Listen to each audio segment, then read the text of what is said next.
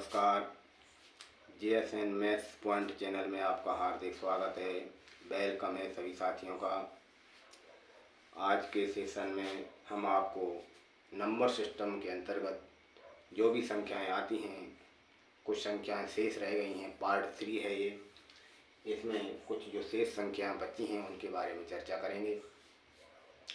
तो दोस्तों, video start करने से पहले हमारा आपसे अनुरोध है, वीडियो को लाइक करें, दोस्तों में शेयर करें और चैनल को सब्सक्राइब करें और बेल आइकन अवश्य दबाएं ताकि हमारी नई वीडियोज आपके पास तुरंत पहुंच सकें।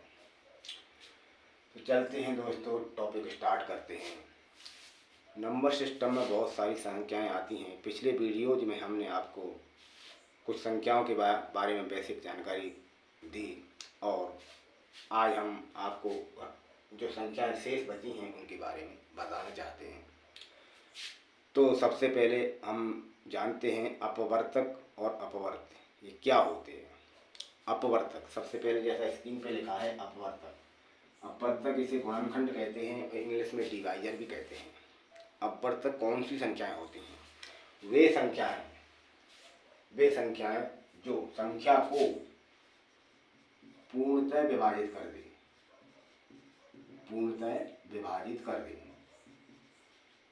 विभाजित कर दे संख्या के अपवर्तक कहलाते हैं। जैसे हम 4 के अपवर्तक निकालें तो 4 के अपवर्तक 1, 2 और 4 होंगे, क्योंकि 1 का भाग 4 में अगर देंगे हम तो पूरा चला जाएगा, 2 का भाग 4 में देंगे तो पूरा चला जाएगा और 4 का भाग 4 में पूरा चला जाता है। तो इस प्रकार से यहाँ से निष्कर्ष निकलता है, अपवर्तक वे संख्याएं हैं जो संख्या को पूर्णतः विभाजित कर देते हैं। अब परिभाषा से हमें यहाँ 2 तथ्य सामने आते हैं कि सबसे छोटा अपवर्तक संख्या का 1 होता है और सबसे बड़ा अपवर्तक संख्या खुद होती है। जैसे 4 के अपवर्तक हमने निकाले तो सबसे बड़ा अपवर्तक 4 ही है ना, 4 से ही 4 कटेंगे, इसके बाद कोई बड़ा अपवर्तक नहीं निकलेगा इसका। इसलिए सबसे छोटा अपवर्तक 1 होता है और सबसे बड़ा अपवर्तक 4 होता है, यानी संख्या खुद होती है। तो ये तो हुई अपवर्तक के बारे में।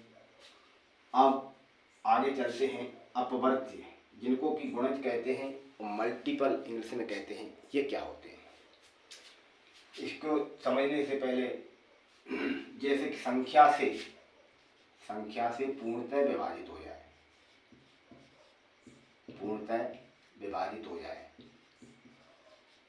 वे संख्याएं जो संख्या से पूर्णतः विभाजित हो जाएं अपवर्त्य कहलाती हैं।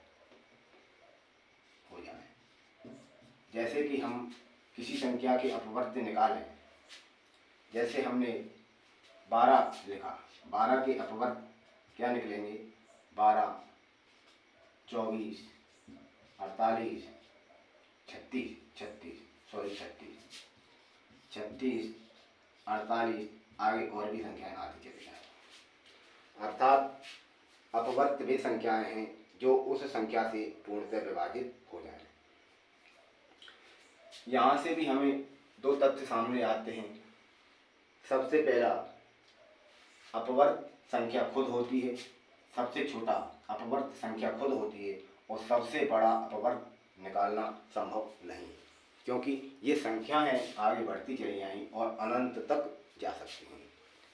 तो दोस्तों, इसी प्रकार से पहला अपवर्त्य संख्या खुद होती है और किसी संख्या का अपवर्त्य सबसे बड़ा अपवर्त्य निकालना संभव नहीं है,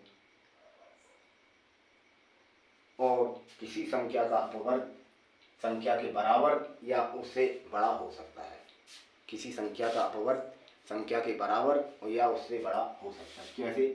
12 के अपवर्त्य हमने निकाले तो यहाँ 12 से स्टार्ट हुआ और 12 से सभी संख्याएं बड़ी आती चली आ रही हैं। तो संख्या के अपवर्त्य 12 से बराबर और 12 से बड़े हो सकते हैं। ये तथ्य हमें देखने को मिले। इनसे रिलेटेड कुछ सवाल हैं जो हम अगले वीडियो में देखेंगे। अभी हम केवल संख्याओं की बेसिक जानकारी प्राप्त कर रहे हैं। चलिए दोस्तों, आगे चलते हैं तो कुछ और संख्याएं हैं, उनके बारे में जानकारी हासिल करते हैं। अब आगे की संख्या हमारे सामने संपूर्ण संख्या, परफेक्ट नंबर। संपूर्ण संख्या क्या होती है? इसको इंग्लिश में परफेक्ट नंबर कहते हैं। Perfect number. संपूर्ण संख्या क्या होती है? संपूर्ण संख्या वे संख्याएं होती हैं जिन संख्याओं के गुणनखंडों का योग संख्या का दोगुना होता है। संपूर्ण संख्याएं वे होती हैं जिन संख्याओं के गुणनखंडों का योग दोगुना होता है। जिन संख्याओं के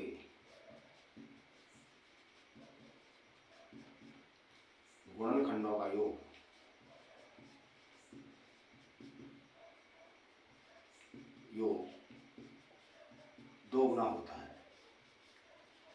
दोगुना होता है, वे संख्याएं संपूर्ण संख्याएं कहलाती हैं। अब ऐसी कौन सी संख्याएं हैं जिनके कि हम गुणनखंड निकालें और उन्हें जोड़ा जाए तो जो संख्या है उसका दोगुना योग प्राप्त हो? तो ऐसी संख्याएं दोस्तों हम आपको बता दें, 1 से लेकर 100 के बीच में केवल 2 ही संख्याएं हैं, 6 और 28। इनके गुणनखंडों को यदि हम जोड़ें तो इनका योगफल संख्या का दोगुना प्राप्त होता है। कैसे? देखिए, हमने संख्या 6 ली, 6 के गुणनखंड निकालेंगे तो 6 के गुणनखंड 1 से कटेगा 6, फिर 2 के पहाड़े से कट जाएंगे 6, फिर 3 के पहाड़े से कटेंगे 6 और 6 के पहाड़े से कटेंगे 6। और इन सभी संख्याओं को यदि जोड़ा जाए इनका योग 6 का दोगुना यानी 12 आएगा।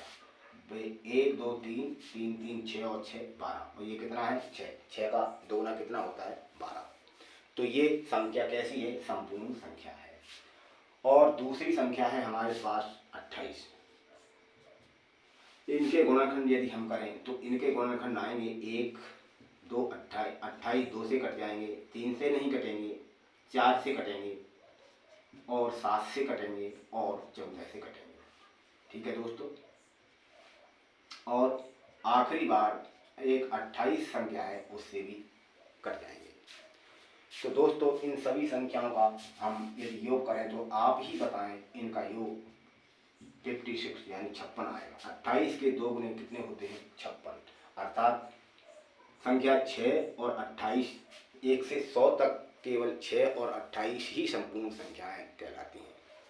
इसके अलावा कोई भी संख्या ऐसी नहीं है जिनके यदि हम गुणनखंड करें और उनको जोड़ा जाए तो उनका योग संख्या का दोगुना प्राप्त हो जाए। केवल 2 संख्याएं हैं, कौन कौन सी? एक 6 और एक 28। इससे अभी क्वेश्चन आता है एग्जाम में तो हमें याद रखना होगा केवल 6 और 28 ऐसी संख्याएं हैं जो कि संपूर्ण संख्याएं कहलाती हैं। दोस्तों आगे चलते हैं, यहाँ लिख देंगे 12, यहाँ लिख देंगे 56। आगे चलते हैं। अब बात आती है, एक संख्या होती है तिर्यक संख्या। तिर्यक संख्या, तिर्यक संख्या ट्रिपल नंबर,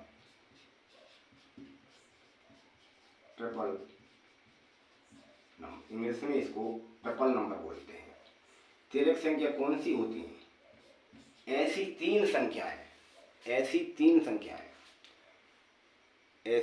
संख्याएं जिनमें 2 संख्याओं का वर्ग करके जोड़ने पर तीसरी संख्या के वर्ग के बराबर संख्या प्राप्त हो, तो ऐसी संख्याओं को हम तिर्यक संख्या कहते हैं।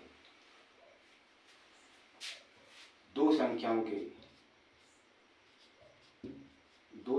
के वर्गों का योग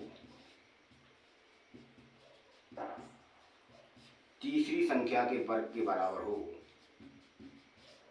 तीसरी संख्या के वर्ग के बराबर हो, तो वे संख्याएं तिर्यक संख्याएं कहलाती हैं। एज फॉर एग्जाम्पल हमारे पास 5 12 और 13 ये 3 संख्याएं हैं। इन तीनों संख्याओं का यदि हम वर्ग करके जोड़ करें, शेष दोनों संख्याएं 13 है, 13 का सबसे पहले तीनों संख्याओं का वर्ग निकालते हैं। 5 का वर्ग कितना आता है? 25। 12 का वर्ग कितना आता है? 44, 144। और 13 का वर्ग आता है 169। इन तीनों संख्याओं के वर्गों का योग, यानी दो संख्याएं जिनमें ये हैं 25, 5 और 12, इन दोनों का जोड़ अगर हम करें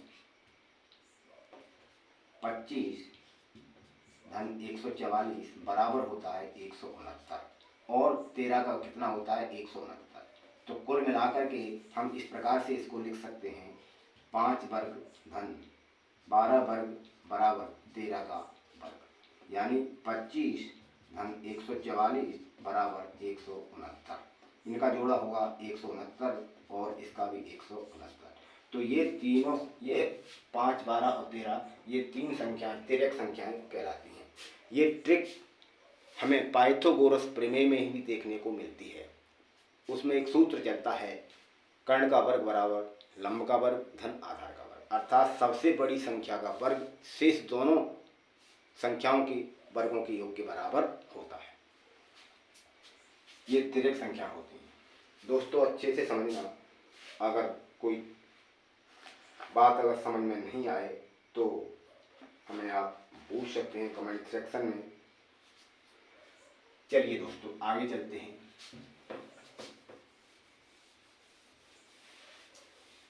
दोस्तों हमारा प्रयास आपको बेहतर नॉलेज देने का है।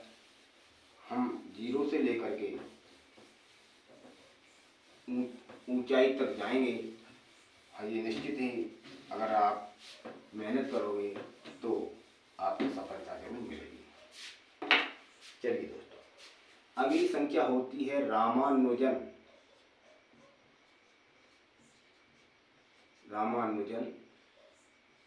संख्या।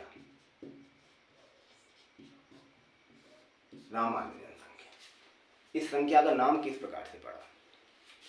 इस संख्या का नाम एक गणितज्ञ थे रामानुजन, श्रीनिवास रामानुजन। इनका जन्म 22 दिसंबर 1887 को तमिलनाडु प्रांत के कुंभकोणम के पास छोटे से गांव इरोद में हुआ था। ठीक है, उन्होंने इस संख्या का आविष्कार किया था। इन रामानुज संख्या का मतलब ये होता है, अगर कोई दो संख्याएं दी गई हैं और उनके घन क्यूब रूप, उनका क्यूब निकालें, उन दोनों को जोड़ा जाए दो तरीके से अलग अलग, और जोड़ 1728 आए तो वे संख्याएं रामानुजन संख्याएं कहलाती हैं। इस प्रकार की संख्याएं हमारे पास, जैसे 1729 को हम रामानुज संख्या कहते हैं। 1729 को रामानुज संख्या कहते हैं।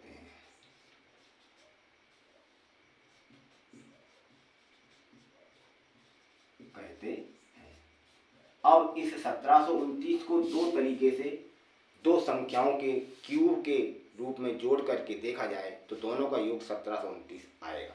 किस प्रकार से? 1729 एक तरीका ऊपर लिखा जाएगा, एक तरीका नीचे लिखा जाएगा। तो 1729 10 का क्यूब और धन 9 का क्यूब, और दूसरे तरीके में होगा 12 का क्यूब और 1 का क्यूब। अगर हम इनका क्यूब करें, 10 का क्यूब कितना होगा? 10 गुणा 10 गुणा 10, 1000।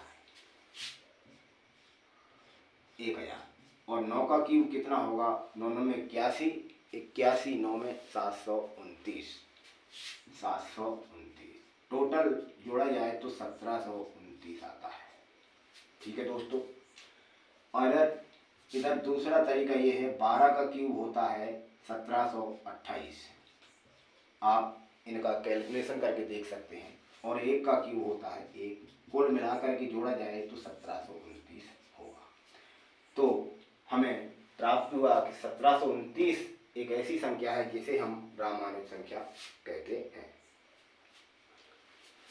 दोस्तों, ये तो हुई रामानुज संख्या। अब आगे चलते हैं।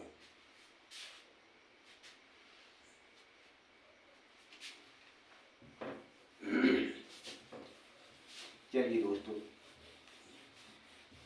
अब बात आती है आरोही और अवरोही संख्याओं का आरोही क्रम।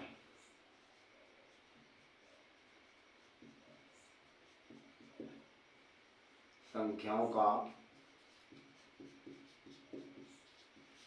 आरोही क्रम। आरोही क्रम क्या होता है? आरोही क्रम कहते हैं पर्वत पर चढ़िए, यानी आरोहण करना, किसी वस्तु या किसी ऊंची स्थिति को प्राप्त करना। कहने का मतलब ये है, अगर हम ये सीढ़ी रखी हुई है, ये दीवार है, इस पर सीढ़ी रखी है, सीढ़ियाँ रखी लगी हैं दीवार से, ये नसेनी कहते हैं, ये नसेनी रखी हुई है। अगर हम नीचे से ऊपर को जाएंगे, नीचे से चढ़ेंगे, 1 2 3 4 5 6 7 8 9 10, यानी नीचे से ऊपर को चढ़ेंगे तो कहेंगे हम ऊपर को जा रहे हैं, ऊपर को चढ़ रहे हैं, आरोहण कर रहे हैं। तो यही आरोही क्रम होता है। आरोही क्रम का मतलब सबसे पहले छोटी संख्या लिखी जाती है, उसके बाद बड़ी, फिर उससे बड़ी, फिर उससे बड़ी, लास्ट में सबसे बड़ी संख्या कही जाती है। यानी इसका क्रम क्या होता है? बढ़ता हुआ क्रम। बढ़ता हुआ क्रम। बढ़ता हुआ क्रम। उदाहरण देखते हैं संख्याएं लिखी हैं। संख्या 10 20 15 7 21 18 2 4 को आरोही क्रम में लिखो। आरोही क्रम क्या होगा इनका? आरोही क्रम। आरोही क्रम जो हमें संख्याएं दी गई हैं उनमें सबसे छोटी संख्या सबसे पहले लिखी जाएगी। अर्थात इन सभी संख्याओं में सबसे छोटी संख्या हमारे पास 2 है, इसके बाद 4 आती है, इसके बाद 7 है हमारे पास, और इसके बाद 10 है, और इसके बाद 15 है, इसके बाद 18 है, इसके बाद 20 है, और लास्ट में सबसे बड़ी संख्या 21 है। तो संख्याओं का ये हो गया आरोही क्रम, यानी बढ़ता हुआ क्रम। सबसे पहले छोटी संख्या, उसके बाद बड़ी, उसके बाद बड़ी, सबसे लास्ट में सबसे बड़ी संख्या लिखी जाती है।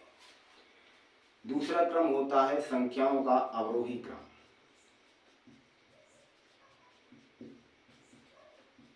अवरोही क्रम। अवरोही क्रम का मतलब होता है ऊपर से नीचे आना, ऊपर से नीचे को आना। सबसे पहले बड़ी संख्या लिखी जाएगी, उसके बाद उससे छोटी, उसके बाद सबसे फिर छोटी, सबसे लास्ट में सबसे छोटी संख्या लिखी जाती है। इसी एग्जाम्पल को देखते हैं। इसका उल्टा क्रम होता है। सबसे बड़ी संख्या कौन सी है? इसकी 21, अवरोही क्रम। अवरोही क्रम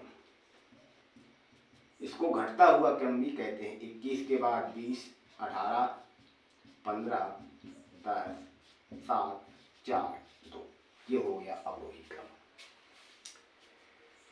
दोस्तों, आरोही और अवरोही क्रम हमने समझाया आपको। अब आगे चलते हैं। अब एक संख्याएं होती हैं परवर्ती संख्या और पूर्ववर्ती संख्या।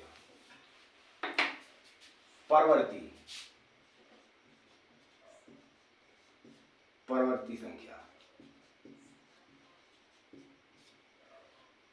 और पूर्ववर्ती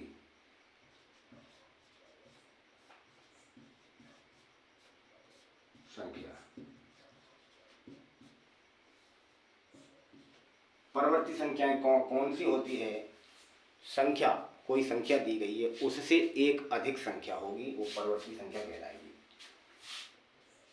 या परवर्ती संख्या हमें कब प्राप्त होती है? संख्या में एक जोड़ने पर,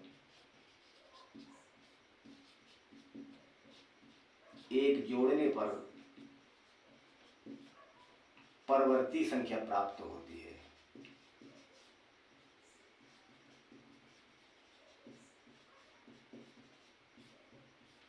जैसे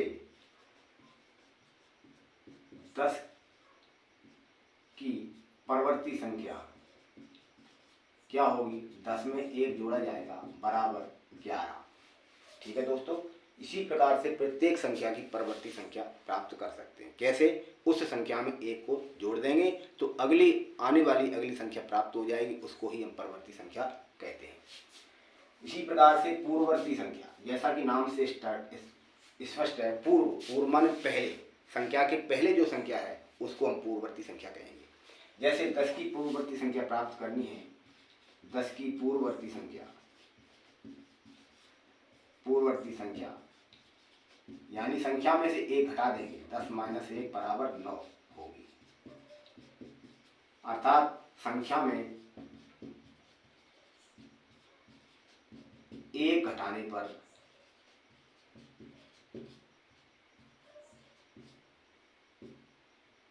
पूर्ववर्ती संख्या प्राप्त होती है। संख्या प्राप्त होती है। दोस्तों, ये तो हुई हमारी संख्याओं के बारे में बेसिक जानकारी। अब हम अगले वीडियो में भाज्य और अभाज्य संख्याएं का वर्गीकरण किस प्रकार से करते हैं उसको समझेंगे। और तब तक के लिए धन्यवाद। आज की वीडियो में इतना ही। नमस्कार। Thank you very much.